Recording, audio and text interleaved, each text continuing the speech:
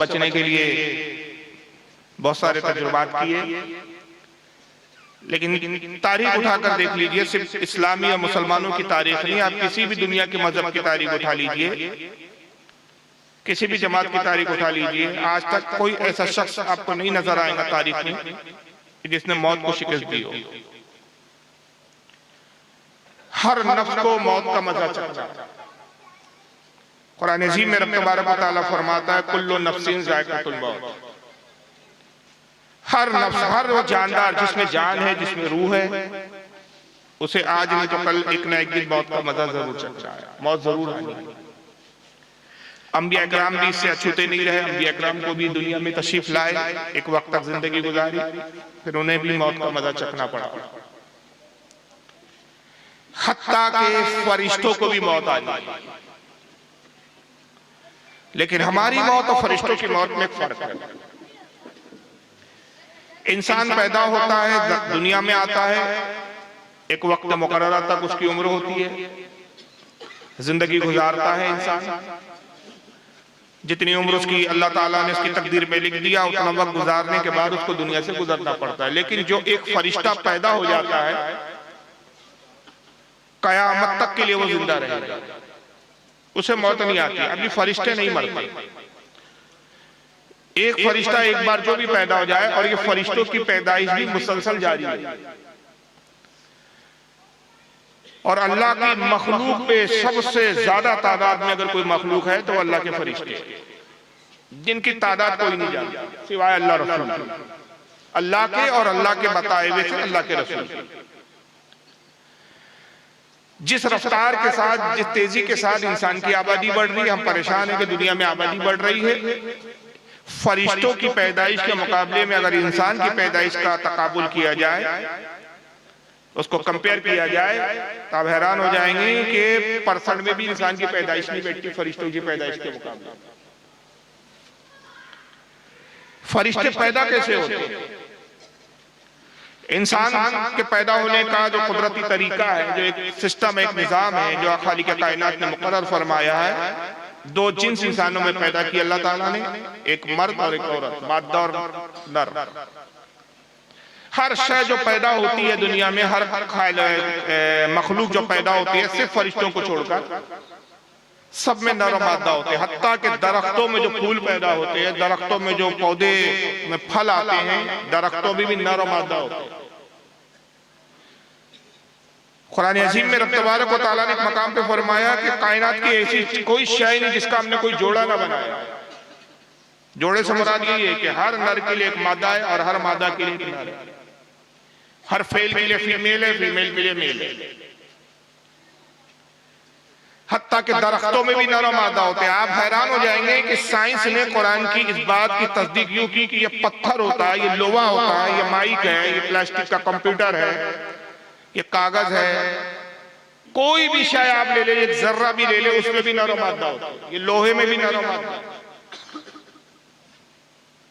आप हैरान होंगे कि लोहे में कहां से नर मादा? ये आपकी हमारी ज़ाहिरी निगाह नहीं देख रही है, लेकिन साइंस इस बात को इंकशाफ कर चुका है कि हर शय में न्यूट्रॉन और प्रोटॉन होते हैं।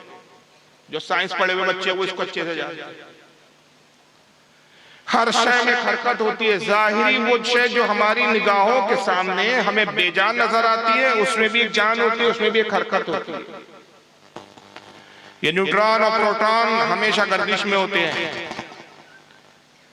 और फिर इनसे एक इलेक्ट्रॉन पैदा होता है, फिर इलेक्ट्रॉन के दो हिस्से होते हैं, फिर न्यूट्रॉन और प्रोटॉन, ये सिलसिला मुसलसल जारी रहता है। पत्थर में न्यूट्रॉन प्रोटॉन होते हैं, लोहे में होते हैं, धातु में होते हैं, लकड़ी में होते हैं, प्लास्टिक में होते हैं, हर शय के। जहां तक इंसान की पैदाइश का ताल्लुक है, एक मर्द और औरत जब मिलते हैं, आपस में मिलाप होता है, तो एक जान तीसरी पैदा होती है। लेकिन फरिश्तों में नर और मादा नहीं, फरिश्तों में निकाह नहीं है, फरिश्तों में शादी नहीं होती, इसलिए कि फरिश्ते नर और मादा होने से, मेल और फीमेल होने से पाक है। उनकी तख्लीक खालिक कायनात ने नूर से की। फिर ये फरिश्ते पैदा कैसे होते हैं? और मैंने अर्ज किया कि इंसानों के मुकाबले में इनकी तादाद ज्यादा होती है। परसेंट में ही नहीं बैठते इंसान की। पूरी दुनिया में जितने बच्चे एक दिन में पैदा होते हैं, अगर फरिश्तों की पैदाइश से इसका तकाबुल करें तो परसेंट में नहीं बात आती। तो फरिश्तों के पैदा होने की मुख्तलिफ सूरतें, ये फरिश्ते पैदा कैसे होते? जब इनमें नर और मादा ही नहीं है तो फिर इनकी पैदाइश कहां से कैसे आती है? तो आपको आप हैरान हो जाएंगे सुनकर कि अगर हम इस्लामी नजरिए से, इस्लामी पॉइंट ऑफ व्यू से देखें तो फरिश्तों की पैदाइश में एक बहुत बड़ा हिस्सा हम इंसानों का है, हम मोमिनीन का है। इंसानों में सिर्फ मोमिनीन, काफिर नहीं, मुशरिकीन नहीं। हम इन फरिश्तों की पैदाइश का जरिया है। आप सोच के तकरीर समझ में आ रही है ना? सर से तो नहीं जा रही है? अब आप हैरान होंगे कि फरिश्ते हमें तो नजर भी नहीं आते, हमारा उनमें कैसा हिस्सा? क्या फरिश्तों में कोई मादा होती है कि कोई इंसान से निकाह और फिर बच्चे पैदा हो? नहीं, हम तो देख भी नहीं पाते। तो मैं सिर्फ एक हदीस आपको सुना दूंगा। इस तरह की मुताद्दिद हदीसें हैं, इस तरह की मुताद्दिद रिवायतें हैं। आका सल्लल्लाहु ताला अलैहि वसल्लम इरशाद फरमाते हैं कि जब कोई बंदा मोमिन मुझ पर एक मर्तबा दुरूद शरीफ पढ़ता है, खालिक कायनात ने एक फरिश्ते को पैदा किया और हुजूर ने उसका नाम भी बताया। अभी नाम मेरे जहन में नहीं है फिलहाल, क्योंकि बिल्कुल अभी ये जहन में बात आई, यहीं से मैंने तमीद को शुरू किया। उस फरिश्ते के अल्लाह ताला ने 70,000 पर पैदा किए। फरिश्तों को पर भी है और वो परों से उड़कर परवास करते हैं। फरिश्ते चलते नहीं है बल्कि उड़ते हैं। और ये भी अल्लाह ताला ने फरिश्तों को कुव्वत और ताकत दी कि जो शक्ल चाहे, जैसी चाहे इख्तियार करें।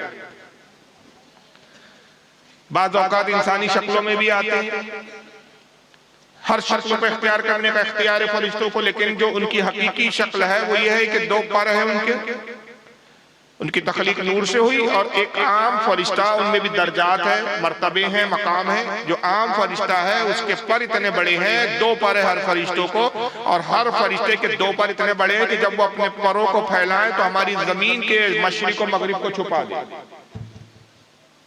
ढांप दे। इससे ये भी पता चलता है कि ये जो यूनिवर्स है, ये जो एक आलम है, और ऐसे हजारों आलम है। आइंस्टाइन कहता है कि हम एक गैलेक्सी, ये जो है जिस गैलेक्सी में हमारा एक जमीन है, सूरज है, चांद है, ये एक गैलेक्सी है जिसमें हमको करोड़ों जिन सितारों की तादाद हम नहीं जानते कि एक गैलेक्सी है जो हम देख रहे हैं दूरबीनों की मदद से, खुली आंखों से। ऐसी हजारों गैलेक्सियां, आप अंदाजा नहीं लगा सकते कि कायनात कितनी बड़ी है, और इस कायनात के मुकाबले में हमारी अपनी हैसियत क्या है। मगर मोमिन बंदे की अहमियत क्या है? एक बंदा मोमिन कितनी ताकत और पावर रखता है। आका कहते हैं कि हर फरिश्तों को 2 पर है, लेकिन एक खास फरिश्ता अल्लाह ताला ने पैदा किया जिसके 70,000 पर, 2 नहीं बल्कि 70,000 70,000 चेहरे हैं। हर चेहरे में 70,000 जबानें हैं। हर जबान में, हर जबान से मुख्तलिफ जबानों में वो अल्लाह की तारीफ और तस्बीह बयान करता है। जब मेरा एक उम्मती मोहब्बत के साथ, उल्फत के साथ मुझ पर एक मर्तबा दुरूद शरीफ पढ़ता है, अल्लाह ताला उस फरिश्ते से फरमाता है कि फरिश्ते नूर के दरिया में गोता लगा। एक नूर का दरिया है, वो फरिश्ता नूर के दरिया में गोता लगाता है। फिर गोता लगाने के बाद, गोता यानी डुबकी लगाकर जब बाहर आता है और जब अपने परों को झटकता है, उन 70,000 परों से अल्लाह जाने कितने कतरे टपकते, उनकी तादाद हम गिन नहीं सकते, जान नहीं सकते, शुमार नहीं कर सकते। वो कतरों के हर कतरे से अल्लाह ताला एक फरिश्ते को पैदा फरमाता है। एक मर्तबा दुरूद पढ़ने का ही आया। अब वो जो फरिश्ते पैदा हुए वो क्या करते हैं? वो अल्लाह की तारीफ और तौसीफ में बयान मशगूल हो जाते हैं। बास फरिश्तों को हुक्म होता है कि सजदा करो तो कयामत तक सजदे में ही है। बास फरिश्तों को हुक्म है कि रुकू में जाओ तो वो कयामत तक अल्लाह के लिए रुकू में है। बार फरिश्तों को हुक्म हो रहा है, कोई तस्बीह दे दी जाती है कि ये तस्बीह बयान करो, वो अल्लाह की तारीफ और तौसीफ में तस्बीह पढ़ते रहते। वो एक मर्तबा जो दुरूद पढ़ा, रसूलुल्लाह कहते मेरे एक उम्मती ने, और उस दुरूद के एवज में उस फरिश्ते ने दरिया के नूर में गोता लगाया, डुबकी लगाया, परों को झटका। जितने परों से उसके कतरे पैदा हुए, हर कतरे से अल्लाह एक फरिश्ता पैदा करता है, और वो तमाम फरिश्ते कयामत तक जितनी अल्लाह की तारीफ और तौसीफ बयान करेंगे, उन सब का सवाब मेरे उस उम्मती के नाम आमल में लिखा जाता है जिसने मुझ पर एक मर्तबा दुरूद पढ़ा। अंदाजा लगाइए सुन्नी होना कितना फायदेमंद है। क्योंकि ये दुरूद और सलाम सुन्नियों की किस्मत में आया है। वहाबियों के लिए तो यही है, मर गया मरदूद फातिहा ना दुरूद। आज अंदाजा लगाइए कि आज हम मुनीजा बीबी के लिए बैठे हैं यहाँ, उनके साले सवाब के लिए। इस महफिल में हम जितने मर्तबा, जितने अफराद दुरूद पढ़ेंगे, हर दुरूद पर कितने फरिश्ते पैदा होंगे, वो फरिश्ते कितनी इबादत करेंगे, और उन तमाम इबादतों का सवाब उस मुनीजा बीबी के नाम अमल में लिखा जाएगा, इसलिए कि हमारी नियत उनके साले सवाब की। तो अंदाजा लगाएं कि महफिल कितनी बाबरकत है।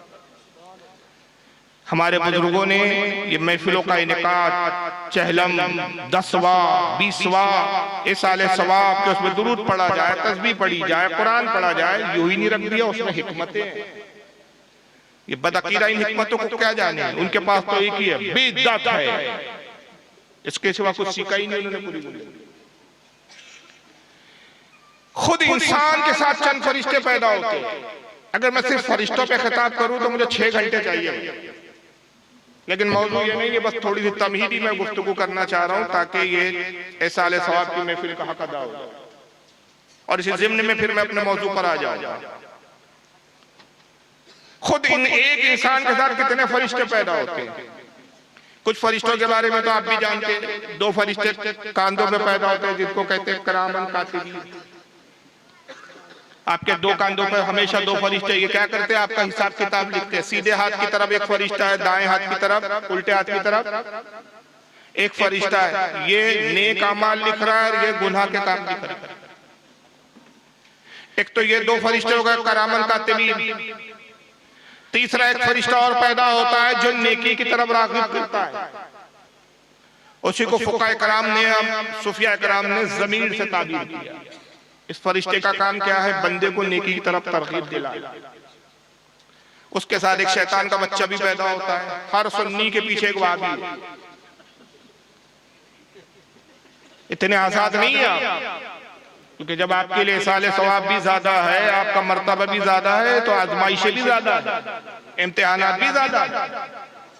हर सुन्नी के पीछे एक वहाबी है, हर सुन्नी के पीछे अगर एक फरिश्ता है सुन्नी के साथ, एक इब्लीस का बच्चा भी है।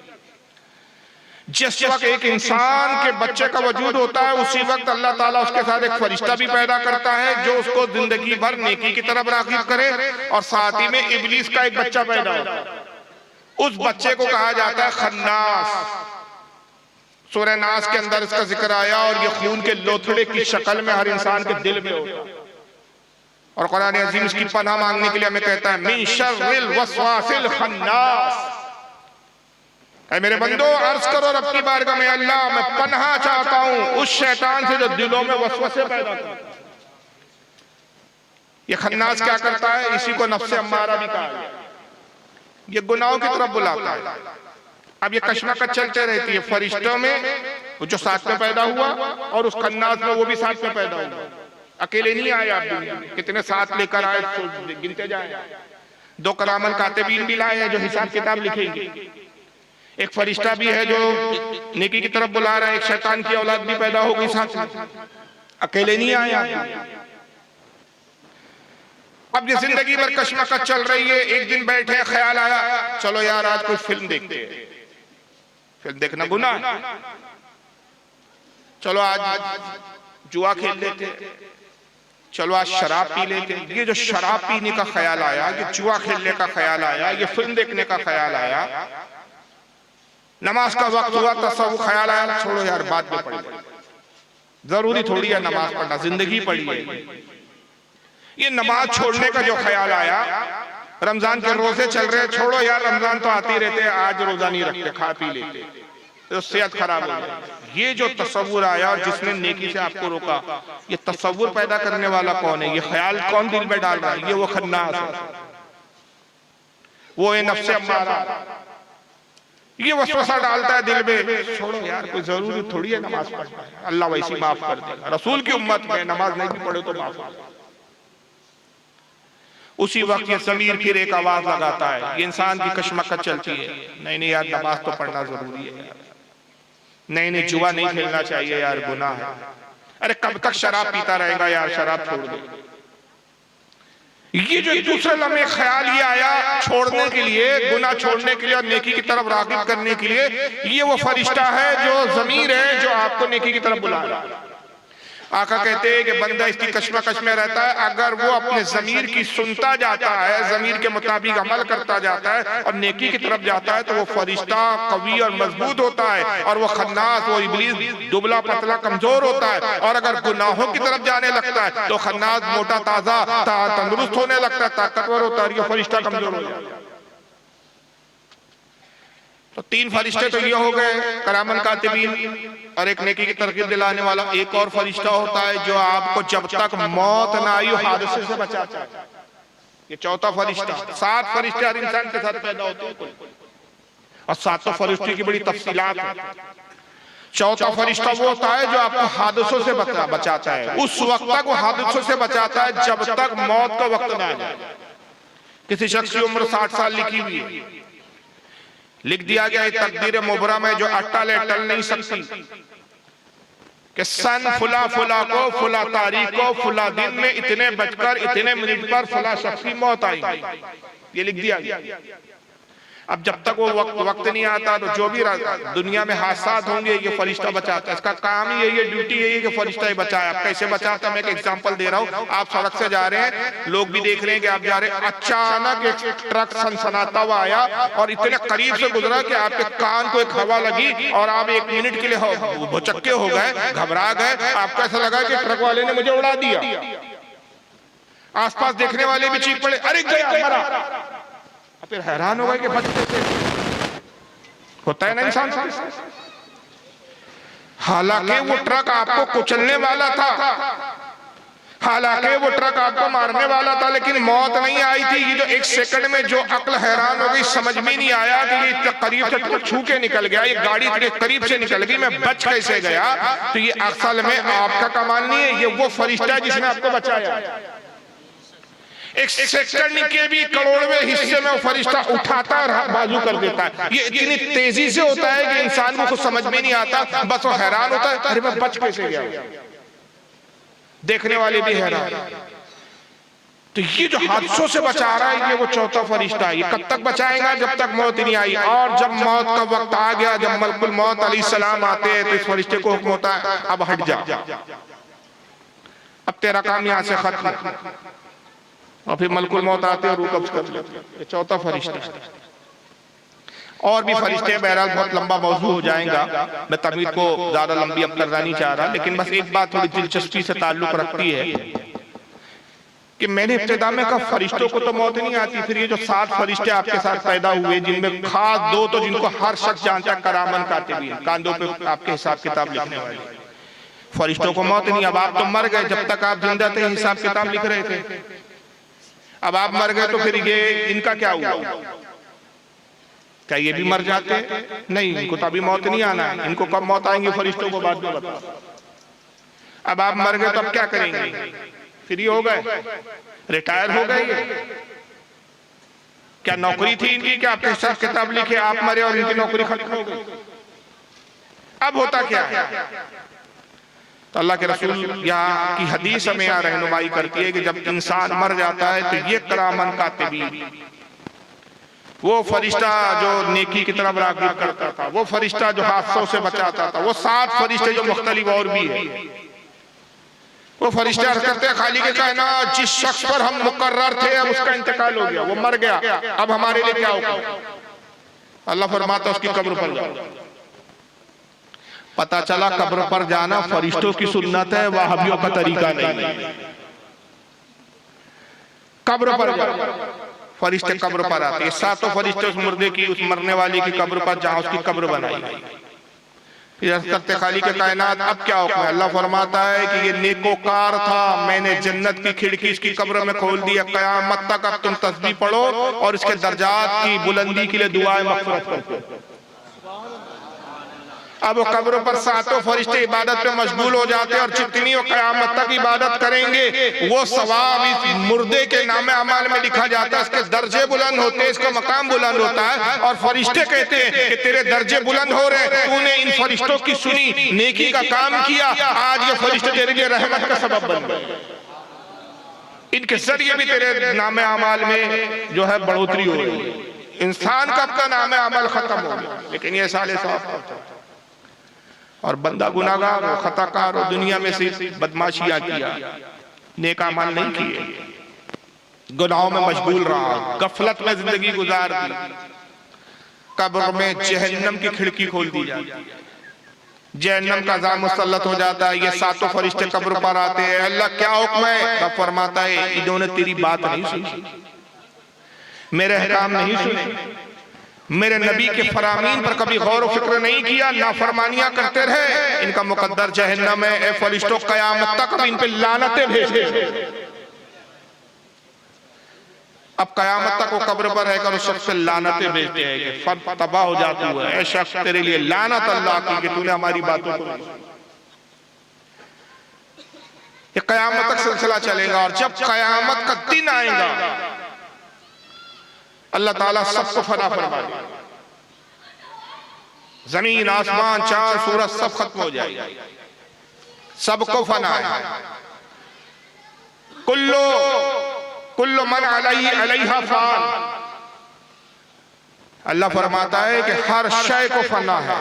वह यब्का वजहु रब्बिका ज़ुल जलाल वल इकराम, सिवाय तेरे रब के चाहो जलाल के कि उसको फना नहीं, जाते खुदा को फना नहीं, अल्लाह के अलावा हर शय को, हर चीज को फना है, हर किसी को खत्म होना है, हर किसी के मुकद्दर में मौत है, सब फना कर देंगे।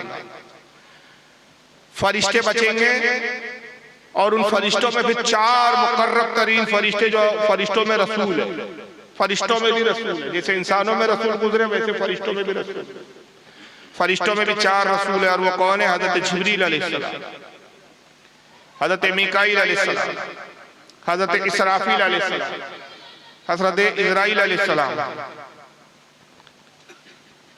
हजरत इजराइल जो मौत का फरिश्ता, अल्लाह से खिताब करेगा, ऐ इजराइल कौन बचा? खाली के कायनात, पूरी कायनात फना होगी, जमीन आसमान चांद सूरज इंसान नबातात हैवानात जानवर सब फना हो गए, अब बचे हैं तेरे 4 गुलाम, तेरे 4 फरिश्ते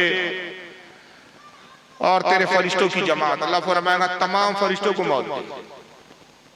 अब फरिश्तों को मौत आएगी, मलकुल मौत उनकी रूह कब्ज़ करेगा, फरिश्तों को भी मौत है, कुल्लु नफ्सिन ज़ाइक़ातुल मौत, हर जानदार को मौत का मजा चाहिए। फिर जब सारे फरिश्तों को मौत दे दी जाएगी, सब फना हो जाएंगे, फिर अल्लाह फरमाएगा कौन बचा? ऐ खालिक कायनात, तू आलिमुल गैब है, तू सब जानता है। 4 फरिश्ते बचे, 4 तेरे बंदे जिब्राइल, मीकाईल, इसराफील और तेरा बंदा इजराइल। अल्लाह फरमाएगा कि अब इसराफील को मौत दे, मीकाईल को मौत दे, इसराफील को भी मौत मलकुल मौत अलैहिस्सलाम, इसराफील अलैहिस्सलाम को भी मौत मलकुल अलैहिस्सलाम। ऐ इजराइल, ऐ मलकुल मौत कौन बचा? परवरदिगार तेरा बंदा जिब्रील और तेरा बंदा इजराइल। जिब्रील को मौत। आका सल्लल्लाहु अलैहि वसल्लम फरमाते हैं कि जब हजरत इजराइल अलैहिस्सलाम, मलकुल मौत अलैहिस्सलाम जिब्रील अलैहिस्सलाम की रूह को कब्ज करेंगे, जिब्रील ऐसे गिरेंगे जैसे एक बड़ा पहाड़ ढह जाए। ये मिसाल दिए समझाएंगे। फिर अब फरमाएगा कौन बचा? इजराइल सजदे में गिरेंगे, कांप रहे होंगे, खौफ इलाही में लरज रहे होंगे, अर्ज करेंगे खालिक कायनात तेरी जात और तेरा बंदा इजराइल। अल्लाह फरमाएगा करीब खालिक कायनात अपने दस्ते कुदरत से, अपनी कुदरत कामला से इजराइल अलैहिस्सलाम की रूह कब्ज़ फरमा दे। सब फना सिवाय रब की जात के कोई नहीं, वही जो अज़ल का मामला था वही मामला, अब कुछ नहीं। अल्लाह फरमाएगा आज कहाँ है वो बादशाह जो अपनी ताकतों पर इतराते थे? निदा फरमाएगा कहाँ है वो जाबिर जो जबर और जुल्म करते थे? कहाँ है वो दौलतमंद जो अपनी दौलतों पर इतराते थे? कहाँ है वो हसीन और हुस्न वाले जो अपने हुस्न पर नाज करते थे? आज बादशाहत किसके लिए? आज ताकत किसके लिए? आज कुव्वत किसके लिए? अल्लाह के नबी फरमाते कोई हो तो जवाब दो, कुछ नहीं सिवाय रब के अलावा कुछ नहीं। वह यब्का वजहु रब्बिका ज़ुल जलाली वल इकराम, सब फना हो गए सिवाय तेरे रब के जाहो जलाल, वही बाकी। न वक्त होगा, न टाइम होगा, न घड़ी होगी, न सेकंड होंगे, कुछ नहीं। जमीन नहीं, आसमान नहीं, सूरज नहीं, तो वक्त तायुन का कुछ ना होगा, बस सिवाय रब की जात के। अब हमारे समझाने के लिए जुमले, वरना वक्त ही नहीं होगा तो बोला क्या जाए?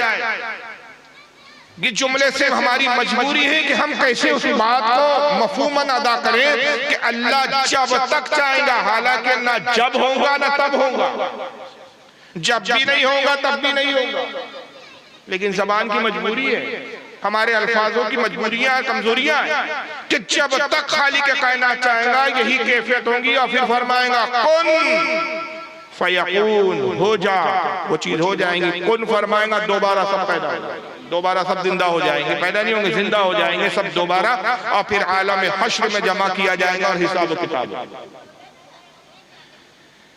तो फरिश्तों का भी मौत आनी है, कोई ऐसा नफ्स नहीं, कोई ऐसी जान नहीं कि जिसको मौत ना आए। अंबिया को भी मौत आए, रसूलुल्लाह को भी मौत से हमकिनार होना, हर नबी को मौत आई, मगर सिर्फ एक साथ ऐसी है पूरी कायनात में कि जिसकी मौत से पहले उससे इजाजत तलब की गई। मलकुल मौत जब भी किसी के पास आए, चाहे वो पैगंबर हो, रसूल हो, वली हो, इमाम हो, कितना ही मुकर्रब तरीन शख्स हो, कितनी ही मुकद्दस जात हो, हजरत मलकुल मौत ने कभी इजाजत नहीं ली, अल्लाह का हुक्म आया, आए, रूह को कब्ज कर लिया। मगर सिर्फ एक साथ है कि जब मलकुल मौत अलैहिस्सलाम हाजिर हुए तो फरिश्तों की जमात तन्हा नहीं आए, बल्कि एक फरिश्तों की जमात के साथ में जिब्रील भी थे। जिब्रील आके सलाम अर्ज करते हैं, और वो जात कौन सी थी? हमारे आका नबी करीम सल्लल्लाहु तआला अलैहि वसल्लम की जात। गोया आला हजरत शेर की तर्जमानी हो रही है, खुदा की रजा चाहते हैं दो आलम, खुदा चाहता है रज़ाए मोहम्मद। मलकुल मौत को हुक्म दिया गया है कि मेरे नबी की रजा हो तो रूह कब्ज करना, वरना लौटाना। जिब्रील सलाम अर्ज करते, या रसूलुल्लाह ये मलकुल मौत है, साथ में फरिश्तों की जमात है, एक कसीर जमात है, हाजिर हुए, रूह कब्ज करने की इजाजत चाहते, अंदर आने की इजाजत चाहते। उन्होंने कहा इजाजत है। हुजरे में मलकुल मौत दाखिल हुए, सलाम अर्ज किया, अर्ज के अल्लाह के नबी, अल्लाह ने मुझे हुक्म दिया कि मैं आपके हुक्म का पाबंद रहूं। हुजूर अगर आप इजाजत दे तो मैं रूह कब्ज करूं, अगर आप इजाजत ना दे तो मैं लौट जाऊं। ना इससे पहले मैं किसी के लिए लौटा, ना कयामत तक अब किसी के लिए लौटूंगा। जब मैं आ जाता हूं तो टलता नहीं, मगर सिर्फ आपकी जात के लिए ये इजाजत है कि अल्लाह ने मुझे हुक्म दिया कि मैं आपके हुक्म की पाबंदी करूं। अल्लाह के नबी क्या हुक्म है? आका ने फरमाया, मैं अपने रब से मुलाकात को पसंद करता हूं। मलकुल मौत मेरी रूह कब्ज कर, मुझे अपने रब की मुलाकात और उसका इश्तियाक। रूह कब्ज की सही बुखारी की हदीस है, उम्मुल मोमिनीन आयशा सिद्दीका फरमाती है कि जिस वक्त मलकुल मौत अलैहिस्सलाम रसूलुल्लाह की रूह कब्ज कर रहे थे, आका का सर अक़दस मेरे ज़ानू पे रखा हुआ था। हुजूर के चेहरे अक़दस पर पसीने के कतरात नमूदार हुए। पास में एक पानी का प्याला था, सरकार उस पानी के प्याले में अपने अंगुष्ठे मुबारक अपनी उंगलियों को डालते। मलकुल मौत रूह कब्ज कर रहे और आप फरमाते थे, हाय मौत की सख्ती, हाय मौत की सख्ती। हज़रत आयशा कहती है, खुदा की कसम मैंने रसूलुल्लाह की वो जो कैफियत देखी, उसके बाद मैं किसी की मौत की तकलीफ पर रश्क नहीं करती। उसके बाद मुझे किसी की तकलीफ पर रश्क नहीं करना, मतलब किसी की तकलीफ पर मुझे हैरानी नहीं होती कि जब उस तकलीफ से आका ना बच पाए तो फिर आम उम्मती का क्या है। मगर ये तकलीफ इसलिए नहीं थी नाउज़ुबिल्लाह मिन ज़ालिक, के हुजूर को तकलीफ पहुंचाना मकसद था, या हिकमत है। आका का रहमत लिल आलमीन होना हम उम्मतियों के लिए कितना कारगर हुआ। नबी हमारे लिए कितने रहम फरमाने वाले, हमारे लिए कितने रऊफ है, कितने रहीम है। जब आपने पानी में प्याले में उंगली डाली, फरमाया हाय मौत की सख्ती, और फिर इरशाद फरमाया, ऐ मलकुल मौत, ये जो तू रूह कब्ज कर रहा है, इसकी जो तकलीफ मुझ पर गुजर रही है, क्या मेरे हर उम्मती पर यही तकलीफ गुजरती है? जब रूह निकाली जाती है, जब तू रूह खींचता है, ऐसी ही तकलीफ से उसको दो चार होना पड़ता है। आज के अल्लाह के नबी नहीं, मैंने आपके लिए नरमी अख्तियार की, मुझे हुक्म दिया कि महबूब के साथ हत्तल इम्कान नरमी का बर्ताव करना। मैंने या रसूलल्लाह बड़ी नरमी का सुलूक किया है, मैं तो आपके उम्मती और जब इंसानों की रूह कब्ज करता हूँ तो इससे ज्यादा तकलीफ उन पर गुजरती है जो आप पर गुजर रही है। आका फरमाते हैं कि मलकुल मौत जितनी तकलीफ कुल तकलीफ है मेरे तमाम उम्मतियों को रूह कब्ज करते वक्त, वो सारी तकलीफ मुझे दे दिया, मेरे उम्मतियों को माफ कर, मेरे उम्मतियों को छोड़ दो। ये रसूलुल्लाह सल्लल्लाहु अलैहि वसल्लम की शफ़क़त, सारी उम्मत की तकलीफ आपने अपने लिए गवारा फरमाया। नबी पाक सल्लल्लाहु अलैहि वसल्लम को भी बहुत से दो चार होना पड़ा। ज़ाहिरी तौर पर आप इस दुनिया से तशरीफ ले गए। अकीदे अहले सुन्नत ये है कि वादे इलाही के तहत कुल्लु नफ्सिन ज़ाइक़तुल मौत, ये वादा इलाही था। इस वादे इलाही के तहत एक आन के लिए आप पर मौत गुजरी और फिर रूह दोबारा आपके जिस्म अतर में मुंतकिल कर दी। आप अपने जिस्म के साथ अपनी कब्र मुबारक में हयात है। और जिस्म में क्यों मुंतकिल की गई? अहले सुन्नत में बड़ा एक लतीफ नुक्ता बयान किया गया कि इंसान की जब इंतकाल होता है, उसकी रूह जब कब्ज की जाती है तो पहले के मुकाबले में बेहतर मकाम पर मुंतकिल की जाती है। नेक की रूह, बदकार की रूह तो जहन्नम के गड़े में, जहन्नम की खिड़की खोल दी गई। गंदे और बदबूदार कपड़े में उसकी रूह को लपटा जाता है। लेकिन जब नेकोकार की रूह कब्ज होती है, नेक का इंसान की रूह कब्ज होती है, खालिक कायनात इरशाद फरमाता है, मेरे फरिश्तों तूने मेरे बंदे की रूह कब्ज कर ली, अब इसे कहाँ रखेगा? फरिश्ता अर्ज करता मौला हुक्म फरमा कि इसकी रूह को कहाँ रखो, किस जगह मुंतकिल करो? अल्लाह फरमाता है मेरे बंदे को मस्जिद से बड़ी मोहब्बत थी, इसकी रूह को मस्जिद में रख दी। आका कहते हैं जिस बंदे को मस्जिद में दिल लगता था, मस्जिद से मोहब्बत होती थी, उसकी रूह मस्जिद में रख दी जाती है। बाद बंदे हुए जिनको खाने काबा से मोहब्बत थी, इरशाद होता है खाने काबा में इनकी रूह रख दे। बाद बंदे वो है कि जिनको बैतुल मुकद्दस से मोहब्बत थी, हुक्म होता है बैतुल मुकद्दस में रूह रख दे। बाद बंदे हुए जिनको रसूलुल्लाह के शहर से मोहब्बत होती है, जाओ मदीने में मेरे महबूब के मौजा शरीफ में इनकी रूह को रख दो। मुख्तलिफ मकामात पर किसी को आसमानों से मोहब्बत है, रूह को आसमानों में रख दिया जाता है। किसी को जन्नत से मोहब्बत की रूह को जन्नत में मुंतकिल कर दिया जाता है। मुख्तलिफ मकामात है, तो जो मकाम पहले था उससे बुलंद मकाम।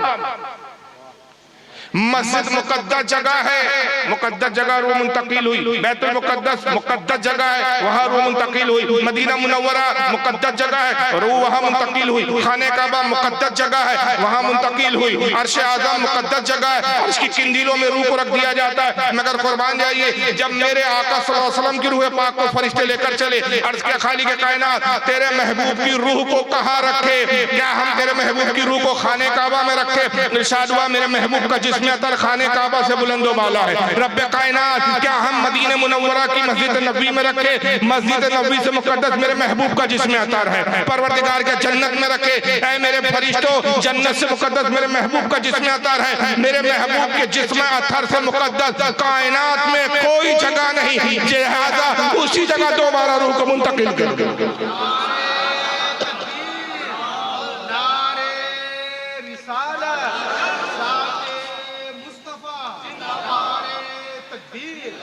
सारी कायनात की तखलीक मुस्तफ़ा के सदके में हुई। पूरी कायनात मुस्तफ़ा से अफजल नहीं, जिसमें अथर से मुकद्दस नहीं। इसी बुनियाद पर उलमा ने इस पर इजमा किया कि वो कब्र मुबारक, जिस कब्र मुबारक की जमीन से नबी करीम सल्लल्लाहु अलैहि वसल्लम का जिसमें अथर लगा हुआ है, वो जमीन खाने काबा से भी अफजल है, आसमानों से भी अफजल है, बैतुल मुकद्दस से भी अफजल है। यहाँ तक कि जन्नत से नहीं बल्कि अर्श आज़म से भी मुकद्दस है। वो जमीन जिससे नबी का जिस्म अथर मस हो गया, तो वो जमीन जब अर्श आज़म से मुकद्दस हो जाए तो जिसमें अथर रसूल खुद कितना मुकद्दस वाला। तो नबी पाक ज़ाहिरी हयात के साथ, लेकिन वादा इलाही के तहत मौत से हमकिनार। नबी पाक सल्लल्लाहु अलैहि वसल्लम का जब विसाल हुआ, विसाल से पहले जो कैफियत बयान की गई आप अलील है, सैयदा फातिमा हाजिर होती है, नबी की सबसे चहेती बेटी। अर्ज करती है या रसूलल्लाह, सलाम अर्ज किया या रसूलल्लाह, ए अल्लाह के नबी आप पर कितनी तकलीफ के असरात हैं। हजरत आयशा उम्मुल मोमिनीन आयशा सिद्दीका फरमाती है, सही बुखारी की हदीस है कि हुजूर की तकलीफ को देखा तो हजरत फातिमा रोने लगी। नबी पाक ने कहा कि बेटी फातिमा अपने कानों को मेरे दहन के करीब, मेरे मुंह के करीब लाओ। सैयदा फातिमा ने अपने कान रसूलुल्लाह के दहन के करीब किए। हजरत आयशा कहती कि हुजूर ने कुछ फरमाया जिसको मैं दूर होने के सबब से सुन ना सका, लेकिन मैंने ये देखा कि फातिमा रोने लगी। अल्लाह जाने हुजूर ने क्या कहा था कि फातिमा रो रही थी। फिर फरमाती है कि रसूलुल्लाह ने दूसरा जुमला कहा तो मैंने देखा कि फातिमा मुस्कुराने लगी। सरकार ने तीसरा जुमला कुछ और इरशाद फरमाया तो फातिमा खुश हुई और खुशी के साथ से वहां उठी। हज़रत आयशा कहती है मैंने सैयदा फातिमा को करीब किया, कहा कि बेटी फातिमा नबी ने ऐसी क्या बात की? तीन मुख्तलिफ बातें थी, तीन कैफियतें थी तुम्हारी। ये पहले हुजूर ने कुछ कहा तुम रो रही थी, फिर हुजूर ने कुछ कहा तो तुम मुस्कुरा रही थी, हुजूर ने फिर कुछ कहा तो तुम रजा और खुशी के साथ उठी। चेहरे पर तुम्हारे इत्मीनान था, खुशी थी, मसरत थी। हुजूर ने ऐसा क्या कहा? अर्ज करती है कि अम्मी जान ये एक राज है और मुझे हुजूर ने हुक्म दिया कि जब तक मैं जाहिरी हयात के साथ दुनिया में हूं ये राज किसी पे जाहिर न करना। हजरत आयशा कहती है कि रसूलुल्लाह का विसाल हो गया और जब सरकार का विसाल हो गया तो हजरत आयशा ने सैयदा फातिमा को एक तरफ किया और कहा कि फातिमा अब तो हुजूर जाहिरी हयात में नहीं है, दुनिया से जाहिरी तौर पर तशरीफ ले गए, अब बताओ कि उस वक्त हुजूर ने क्या कहा? कहती है कि अम्मी जान अल्लाह के रसूल सल्लल्लाहु अलैहि वसल्लम ने पहली मर्तबा फरमाया कि ऐ फातिमा मेरा अब इंतकाल होने वाला है, मैं दुनिया से जाने वाला। तो मैं रोने लगी कि अब हुजूर हमसे जुदा होने वाले। दूसरी बार फिर हुजूर ने जो फरमाया जिसमें मैं हंसने लगी, मुस्कुराने लगी, खुश हो गई। हुजूर ने कहा ऐ फातिमा क्या तुम इस पर राजी नहीं हो कि मेरे अहले बैत में सबसे पहले जो मुझसे मुलाकात करेगा वो तुम होगी? मेरे खानदान वालों में, मेरे घर वालों में सबसे पहले जिसका इंतकाल होगा मेरे इंतकाल के बाद जो सबसे पहले मुझसे मुलाकात करेगा वो तुम हो। तो मैं खुश हो गई, मुस्कुराने लगी। फिर कहती है कि सरकार ने तीसरी मर्तबा कहा कि ऐ फातिमा क्या तुम इस पर राजी नहीं कि अल्लाह ताला ने तमाम जन्नती औरतों का तुमको सरदार बना दिया है? तो मैं रजा और खुशी के साथ मुस्कुराते हुए उठी और अर्ज किया कि अल्लाह के नबी मैं इस पर राजी हूं। इस हदीस से क्या पता चला? मैं एक्चुअल में हदीस की छेड़ा सैयदा फातिमा का भी विसाल हुआ, नबी की बेटी का भी विसाल हुआ, हर किसी का विसाल हुआ, हर किसी को मरना, जो पैदा हुआ उसको जाना। मगर ये बुखारी शरीफ और सही मुस्लिम की हदीस है कि आका सल्लल्लाहु अलैहि वसल्लम ने अपने इंतकाल से पहले ही बता दिया था, इरशाद फरमा दिया था कि ऐ फातिमा मेरे अहले बैत में सबसे पहले तुम मुझसे मुलाकात करो। हुजूर का इंतकाल हुआ, हज़रत फातिमा पर हुजूर की जुदाई का असर इतना ज्यादा हुआ, इस गम का इतनी शिद्दत का असर हुआ आप पर कि आप बीमार हो, अलील हो, सख्त बीमारी की हालत में रहे। आप पर बुखार की कैफियत हम वक्त तारी रहती थी, आपने खाना पीना बहुत मुख्तसर कर दिया था, दिन रात हुजूर की याद में रोती थी और वो वक्त का इंतजार करती थी कि हुजूर ने कहा था कि मेरे अहले बैत में सबसे पहले तुम मुझसे मुलाकात करूंगी। यहाँ तक कि उलमा फरमाते हुजूर के विसाल के बाद सिर्फ 6 महीने हयात रही, 6 महीने के बाद हज़रत सैयदा फातिमा का इंतकाल। इस पर तमाम उलमाए अहले सुन्नत का, तमाम फिरकों का, जितने फिरके इस वक्त पाए जाते हैं, चाहे देवबंदी हो, चाहे नामनिहाद अहले हदीस हो और भी दीगर जो फिरके, जितने फिरके, सबका इस बात पर इत्तेफाक है कि सैयदा फातिमा का विसाल अपनी तबई मौत से हुआ, यानी कुदरती मौत आई उनको, तबीयत अलील रही। हुजूर ने पेशगी भी फरमा दी थी कि फातिमा तुम सबसे पहले मुझसे मुलाकात करोगी। हुजूर ने पहले ही कह दिया था कि तुम्हारा इंतकाल अब करीब है, लेकिन सिर्फ एक वाहिद ऐसा फिर